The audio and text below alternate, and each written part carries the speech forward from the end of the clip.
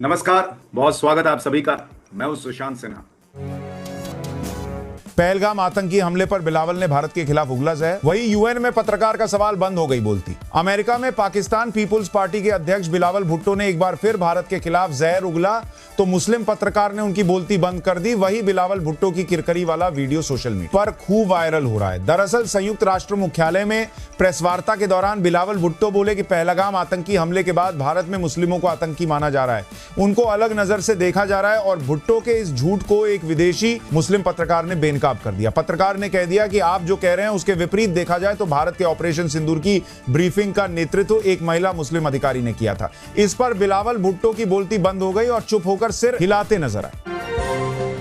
संसद का मानसून सत्र 21 जुलाई से 12 अगस्त तक, केंद्रीय मंत्री रिजिजू ने दी जानकारी। संसद के मानसून सत्र की तारीखें घोषित हो गई हैं। केंद्रीय संसदीय कार्य मंत्री किरेन रिजिजू ने बताया कि 21 जुलाई से 12 अगस्त तक संसद का मानसून सत्र आयोजित किया जाएगा।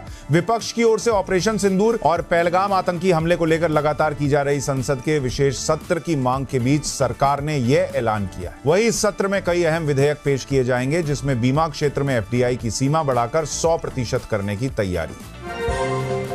1 मार्च 2027 से शुरू होगी जनगणना, 2 चरण में होगी गिनती। कोविड के कारण 2021 में टली थी गणना। केंद्र सरकार देश में जाति जनगणना का ऐलान पहले ही कर चुकी है। अब सरकार ने तारीखों का भी ऐलान कर दिया है। मीडिया रिपोर्ट के मुताबिक भारत में 1 मार्च 2027 से जातीय जनगणना शुरू होगी और यह जनगणना देश भर में 2 चरणों में कराई जाएगी, जिसमें पहाड़ी राज्यों जैसे लद्दाख, जम्मू कश्मीर, उत्तराखंड और हिमाचल प्रदेश में 1 अक्टूबर 2026 से जनगणना शुरू होगी। वहीं मैदानी इलाकों में जातीय जनगणना की शुरुआत 2027 में होगी। पंजाब से यूट्यूबर गिरफ्तार, पाकिस्तान के लिए करता था जासूसी। ज्योति मल्होत्रा और दानिश के साथ संबंध। पंजाब से जासूसी के आरोप में एक यूट्यूबर को गिरफ्तार किया गया है। जसबीर सिंह को 3 दिन की पुलिस हिरासत में भेज दिया गया है। स्टेट स्पेशल ऑपरेशन सेल के डीएसपी पवन शर्मा ने यह जानकारी दी। महल नामक एक यूट्यूब चैनल चलाता है। उसके यूट्यूब चैनल के 1.1 मिलियन सब्सक्राइबर हैं। उसका संबंध पीआईओ शाकिर उर्फ जट रंधावा के साथ पाया गया है। वहीं जासूसी के लिए गिरफ्तार हरियाणा स्थित यूट्यूबर ज्योति मल्होत्रा और पाकिस्तानी नागरिक और निष्कासित पाक उच्चायोग अधिकारी एहसान उर रहीम उर्फ दानिश के साथ भी उसके घनिष्ठ संपर्क हैं। हिसार की ज्योति मल्होत्रा से पूछताछ के दौरान भी जसबीर का नाम सामने आया था। दोनों पाकिस्तान 3 बार पाकिस्तान जा चुके हैं। ऑपरेशन सिंदूर की कामयाबी का एक और सबूत, ऑडियो में सिसकता मसूद अजहर। 21 आतंकियों की कब्रों की तस्वीर आई सामने। ऑपरेशन सिंदूर की सफलता का नया सबूत बहावलपुर में मिला है। इसमें जैश-ए-मोहम्मद के 21 आतंकियों को मार गिराया गया था, जिनमें मसूद अजहर के परिवार वालों की कब्रें भी शामिल। इस कार्रवाई की पुष्टि आतंकवादी संगठन ने खुद सोशल मीडिया पर कब्रों की तस्वीरें शेयर करके की। जैश-ए-मोहम्मद के ऑपरेटिव ने फेसबुक पर आतंकियों की कब्रों की तस्वीरें शेयर की हैं, जिसमें मसूद अजहर के परिवार के सदस्यों की कब्रें भी शामिल हैं। वीडियो और तस्वीरों में मसूद अजहर की आवाज भी सुनी जा सकती है, जिसे ऑपरेशन सिंदूर ने बड़ी चोट पहुंचाई। जेपी नड्डा का राहुल गांधी पर पलटवार, कहा सरेंडर कांग्रेस की डिक्शनरी में है। कांग्रेस सांसद राहुल गांधी के प्रधानमंत्री नरेंद्र मोदी के सरेंडर वाले बयान पर केंद्रीय मंत्री और भाजपा के राष्ट्रीय अध्यक्ष जेपी नड्डा ने पलटवार किया है। उन्होंने राहुल गांधी पर तंज कसते हुए कहा कि सरेंडर आप और आपकी पार्टी ने किया होगा, भारत कभी सरेंडर नहीं करता। सरेंडर आपकी पार्टी कांग्रेस की डिक्शनरी में है, आपके डीएनए में है। जिसके बाद केंद्रीय मंत्री जेपी नड्डा ने सोशल मीडिया पर एक के बाद एक कई पोस्ट कर राहुल गांधी को जवाब दिया। वक्फ बोर्ड की याचिका सुप्रीम कोर्ट ने खारिज की। शाहदरा में गुरुद्वारे की जमीन पर था दावा। सुप्रीम कोर्ट ने दिल्ली वक्फ बोर्ड की उस अपील को खारिज कर दिया, जिसमें शाहदरा स्थित एक धार्मिक स्थल पर अपना दावा जताया गया था, जो वर्तमान में एक गुरुद्वारे है। वही यह मामला दिल्ली वक्फ बोर्ड बनाम हीरा सिंह के रूप में दर्ज था। दिल्ली वक्फ बोर्ड का कहना था कि शाहदरा स्थित यह संपत्ति मस्जिद ताकिया बब्बर शाह के रूप में जानी जाती थी और यह स्थल अनादिकाल से धार्मिक प्रयोजन के लिए समर्पित था। वहीं प्रतिवादी ने दलील दी कि यह संपत्ति वक्फ की नहीं है, बल्कि इसके असली मालिक मोहम्मद एहसान ने वर्ष 1953 में उसे यह संपत्ति बेच दी। इन सब के बीच सुप्रीम कोर्ट ने यह अपील खारिज कर दी। मनीष सिसोदिया व सत्येंद्र जैन की फिर बड़ी मुश्किलें। भ्रष्टाचार मामले में एसीबी ने भेजा समन। एसीबी ने मनीष सिसोदिया और सत्येंद्र जैन को सरकारी स्कूलों में क्लासरूम बनाने में कथित भ्रष्टाचार के मामले में समन भेजा है। सत्येंद्र जैन को 6 जून को एसीबी कार्यालय में बुलाया गया है, जबकि मनीष सिसोदिया को 9 जून को पेश होने को कहा गया है। एंटी करप्शन ब्यूरो के द्वारा दर्ज केस में नेताओं पर दिल्ली सरकार के स्कूलों की कक्षाओं के निर्माण में भारी वित्तीय अनियमितता करने का आरोप लगाया गया है। आरोप यह भी है कि आम आदमी पार्टी से जुड़े ठेकेदारों को कक्षाओं के निर्माण का काम देकर वित्तीय गड़बड़ी को अंजाम दिया गया। एंटी करप्शन ब्यूरो ने यह भी आरोप लगाया है कि इन कक्षाओं के निर्माण में जिन 34 ठेकेदारों को निर्माण का ठेका दिया गया था, उनमें से ज्यादातर आम आदमी पार्टी से जुड़े हुए लोग शामिल थे। आरबीआई की मौद्रिक नीति समिति की बैठक शुरू, ब्याज दरों में कटौती की संभावना, वहीं 6 जून को आएगा फैसला। भारतीय रिजर्व बैंक की मौद्रिक नीति समिति की 3 दिवसीय बैठक बुधवार को मुंबई में शुरू हुई। इस बैठक में नीतिगत ब्याज दरों पर फैसला लिया जाएगा। मौद्रिक नीति समिति के निर्णय की घोषणा 6 जून को होगी।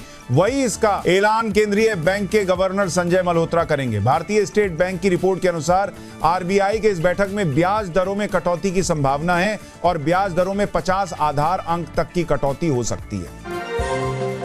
खिताब जीता आरसीबी ने, लेकिन प्राइज सेरेमनी में छाई गुजरात की टीम। सबसे ज्यादा अवार्ड पर किया कब्जा। आईपीएल अवार्ड समारोह में गुजरात के साई सुदर्शन छा गए। उन्हें सबसे ज्यादा 4 अवार्ड्स मिले। आईपीएल फाइनल के बाद अवार्ड समारोह में पैसों की बारिश हुई। विजेता टीम आरसीबी को 20 करोड़ रुपए मिले, जबकि उपविजेता पंजाब की टीम को 12 करोड़ रुपए मिले। तो वही अवार्ड सेरेमनी में गुजरात की टीम का दबदबा रहा और सीजन के सर्वश्रेष्ठ के 10 अवार्ड दिए गए और इसमें से 6 गुजरात के खिलाड़ियों ने जीते। आरसीबी की विक्ट्री परेड से पहले चिन्नास्वामी स्टेडियम में भगदड़, महिला समेत 3 की मौत। बेंगलुरु के चिन्नास्वामी स्टेडियम में रॉयल चैलेंजर्स बेंगलुरु के आईपीएल में शानदार जीत का जश्न एक दुखद हादसे में तब्दील हो गया। भारी भीड़ के बीच मची भगदड़ में 3 लोगों की मौत हो गई है, जिनमें 1 महिला और 2 पुरुष शामिल हैं। यह हादसा तब हुआ जब हजारों की भीड़ आरसीबी के प्लेऑफ में पहुंचने और जीत का जश्न मनाने के लिए स्टेडियम में उमड़ी थी। इस बीच घायलों को नजदीकी अस्पतालों में भर्ती कराया गया है। हादसे के पीछे आयोजकों की लापरवाही और भीड़ नियंत्रण में चूक की आशंका जताई जा रही है। पुलिस प्रशासन पूरे मामले की जांच कर रहा है और अभी तक मृतकों की पहचान सार्वजनिक नहीं की गई है। मुजफ्फरपुर में नाबालिग से रेप मामले में शौल समेत 3 पुलिसकर्मी सस्पेंड। आरोपी अब भी फरार। मुजफ्फरपुर के तुर्की क्षेत्र में नाबालिग से दुष्कर्म मामले में एफआईआर दर्ज करने में देरी और लापरवाही के चलते थाना प्रभारी समेत 3 पुलिसकर्मी निलंबित कर दिए गए हैं। पीड़िता की मां की शिकायत के बावजूद तत्काल कार्रवाई नहीं की गई, जिससे आरोपी फरार हो गया। वही एसएसपी ने तत्काल निलंबन का आदेश देते हुए विभागीय जांच शुरू कर दी है। उधर मुख्यमंत्री नीतीश कुमार के निर्देश पर इलाज में लापरवाही बरतने के मामले में सख्त कार्रवाई की गई है। पटना मेडिकल कॉलेज अस्पताल के प्रभारी उपाधीक्षक डॉक्टर अभिजीत को उनके पद से हटा दिया गया है। साथ ही मुजफ्फरपुर के Shrikrishna medical college and hospital में कार्यरत डॉक्टर कुमारी विभा को निलंबित कर दिया गया है। ऑस्ट्रेलिया के डिप्टी पीएम रिचर्ड मार्लेस और राजनाथ सिंह की मुलाकात, सैनिकों को दी श्रद्धांजलि। ऑस्ट्रेलिया के उप प्रधानमंत्री और रक्षा मंत्री रिचर्ड मार्लेस भारत दौरे पर हैं। इस दौरान उन्होंने भारतीय रक्षा मंत्री राजनाथ सिंह से मुलाकात की। रक्षा मंत्री राजनाथ सिंह ने पहलगाम में हुए बर्बर आतंकवादी हमले के खिलाफ ऑस्ट्रेलिया के एकमत समर्थन के लिए ऑस्ट्रेलिया के समर्थन की सराहना की। वही रिचर्ड मार्लेस को दिल्ली स्थित मानेकशॉ सेंटर में गार्ड ऑफ ऑनर भी दिया गया। राजनाथ सिंह और ऑस्ट्रेलियाई रक्षा मंत्री की बैठक में जिन मुद्दों पर बात हो, उनमें हिंद प्रशांत महासागर क्षेत्र की सुरक्षा का मुद्दा प्रमुख रहा। बांग्लादेश की अंतरिम सरकार का बड़ा फैसला, मुजीबुर रहमान से वापस ली गई राष्ट्रपिता की उपाधि। शेख हसीना के तख्ता पलट के बाद से ही बांग्लादेश में आए दिन राजनीतिक ड्रामा देखने को मिल रहा है। इस बीच बांग्लादेश की अंतरिम सरकार ने अपने ही स्वतंत्रता सेनानी और बांग्लादेश के संस्थापक बंगबंधु शेख मुजीबुर रहमान से राष्ट्रपिता की उपाधि वापस ले ली है। बांग्लादेश की अंतरिम सरकार ने परिभाषित कानून में संशोधन करते हुए ये उपाधि वापस ले ली है। इससे पहले शेख हसीना के पिता मुजीबुर रहमान की तस्वीरों को नए करेंसी नोटों से हटा दिया गया, जिसके बाद अब मुजीबुर रहमान से राष्ट्रपति की उपाधि वापस ले ली गई।